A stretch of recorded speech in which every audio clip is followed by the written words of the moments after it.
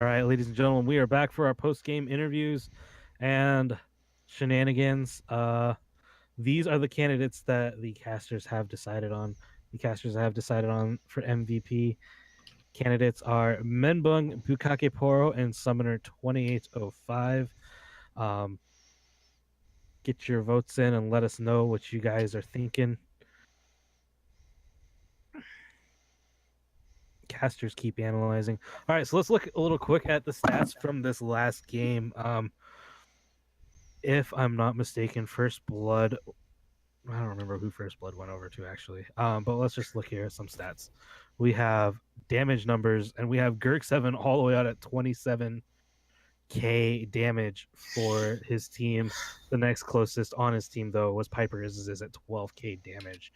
So there's quite the discrepancy there. And honestly, when Gurk7 got picked off underneath that mid tower, it kind of turned poorly for the team because that was a lot of the wave clear and damage with those Baron minions pouring in.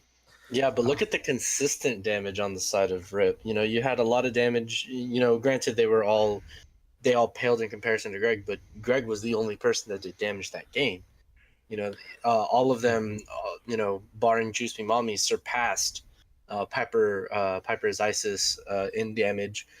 And so when you have four consistent, you know, sources of damage to the one, I mean, it's pretty clear cut at that point.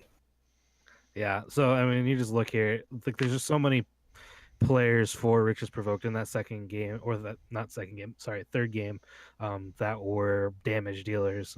You know, so it's kind of hard to say which one do you want to pick because they're all dealing lots of damage. So, very well done with their team comp.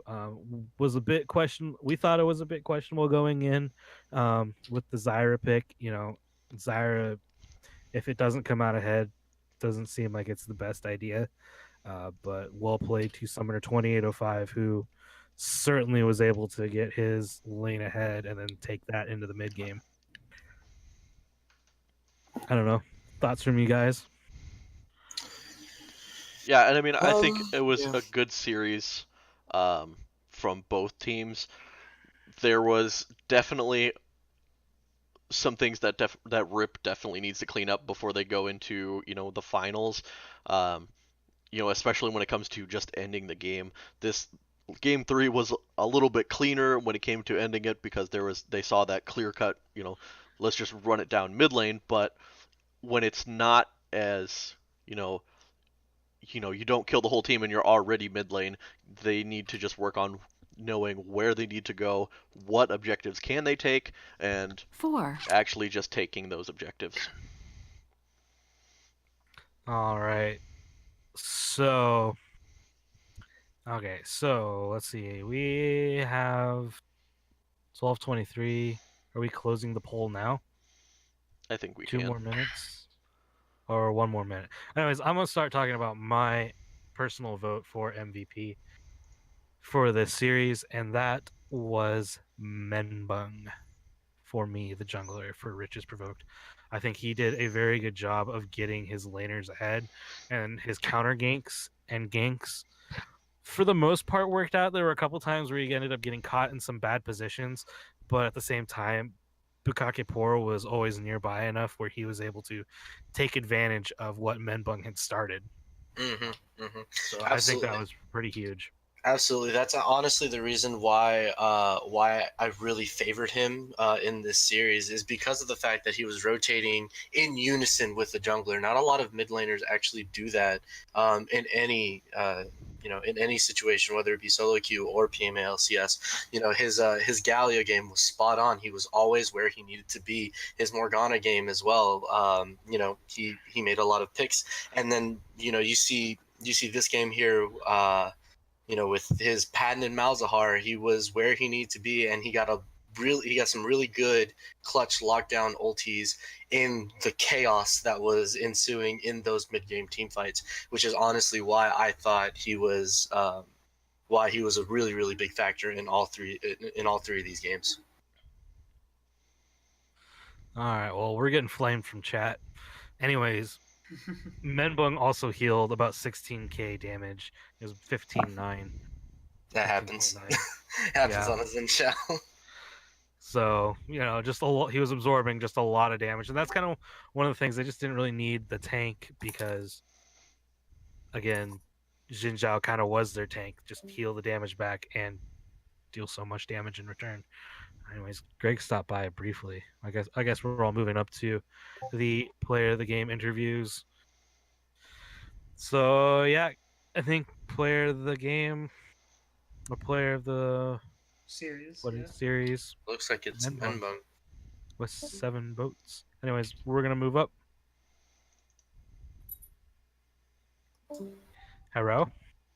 Hello. Hey, congratulations on the big 2-1 win. Holy crap, it was a series, wasn't it? Oh yes, it was. Very entertaining, very fun to cast. Push it down, game one. Jeez, 50 minutes. Woo! I mean, It wasn't hey, 50. we're just 49 it was minutes like and 50 49 seconds. 50. My Yeah, bad. so get it right. We're not LCK status just quite yet, but we're trying to get there, guys. No.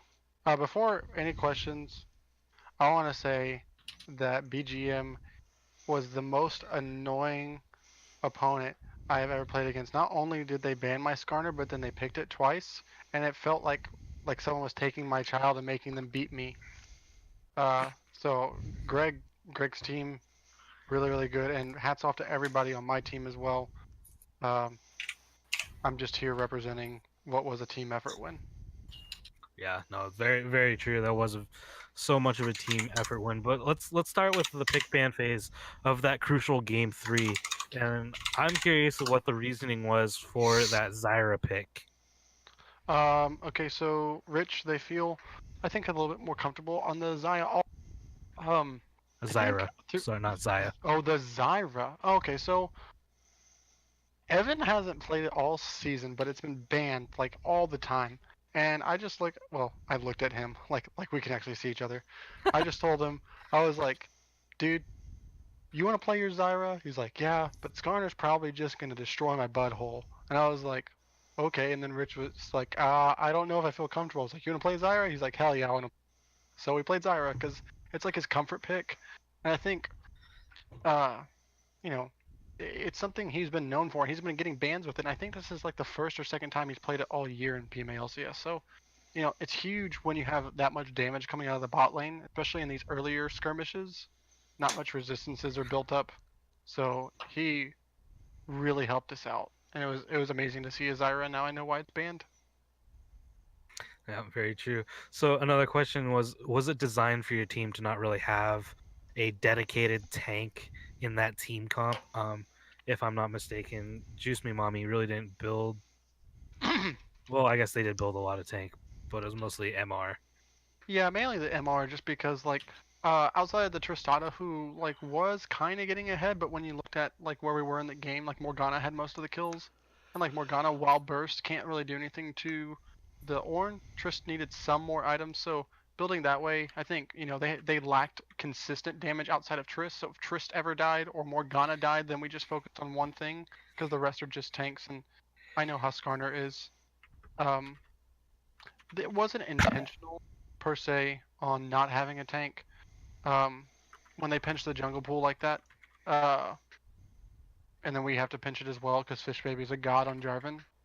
Um, it kind of makes it to where you have to just make do, and Xin Zhao allows us to do a little bit different and allows me to be aggressive into a Skarner who's not good in the early. Actually, yeah, I had a little bit of a question about that as well. Sejuani was open when it was your time. When is your time to pick? And I honestly thought you were gonna go with the Sejuani. So why not go with the Sejuani and get those double tanks? Do y'all know Eric Guy Fieri? Hmm. Yeah, he plays Sejuani. I don't play bitch junglers. No, I'm kidding. No, I'm kidding. I'm just memeing. I love you, Eric, but fuck you.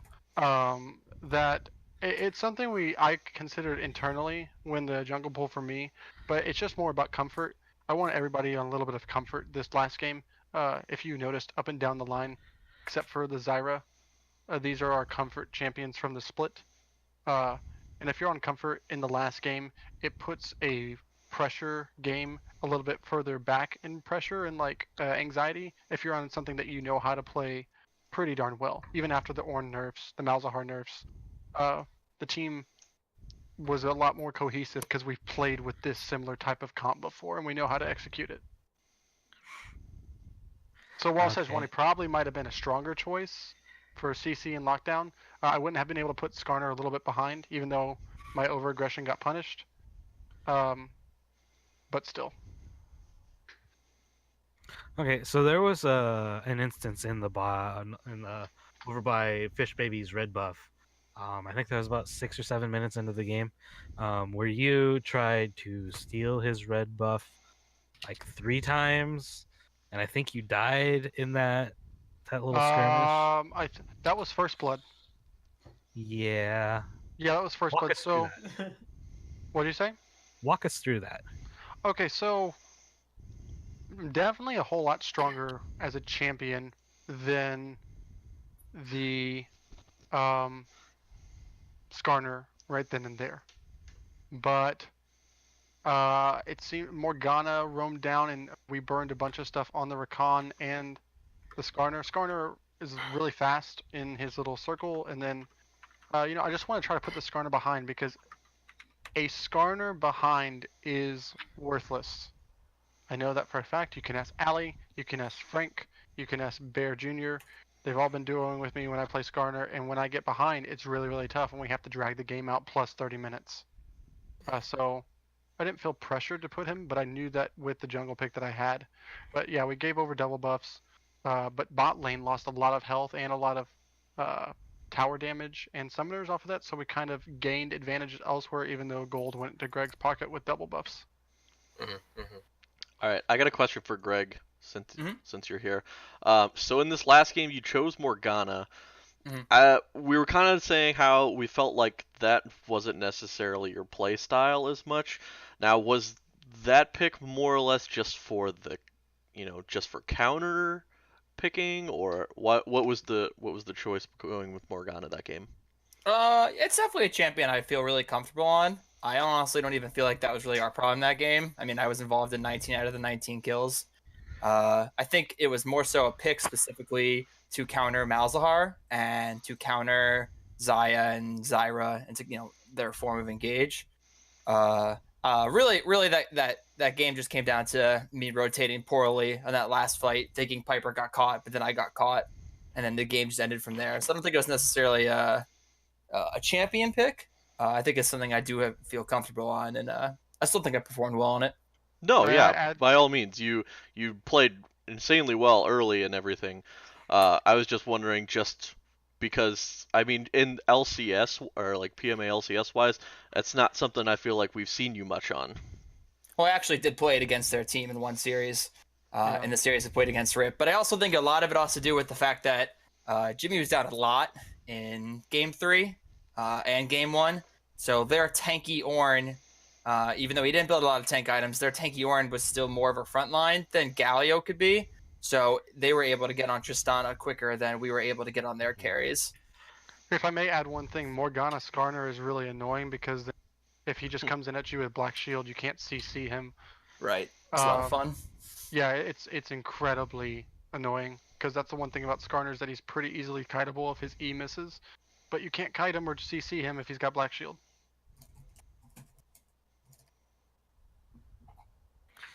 All right. So, do we have any more questions? I have chat. one question here. Go for it. Menbong, when did your team decide that QSS was a good item? When I yelled it. About what time did you decide to yell? Man, Find I don't- the friggin' QSS. Well, like, I'm glad I let Zyra know because he thought Mikhail's could work for him, but Mikhail's doesn't work self-cast. It only helps other people, which is why they have a QSS.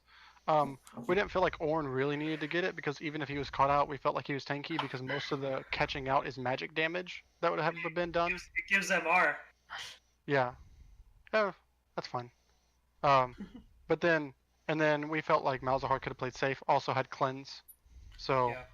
There you go. If you want to count that as another one. I just said that if we're getting caught, and I mainly did it for me because I was really torn between going Trinity Force and Rageblade, and I thought Rageblade was a lot better because if I can stay alive and then just heal off that after getting out of CC, that's what made it. But yeah, the QSS against a Morg and a Skarner is just as important as it is against a Zyra and a Malzahar.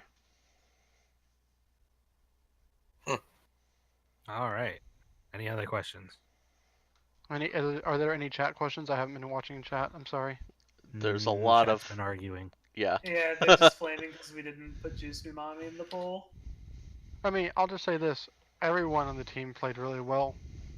As I've always said, everyone does their roles, and sometimes it makes it hard, especially in a long, drawn-out series like this.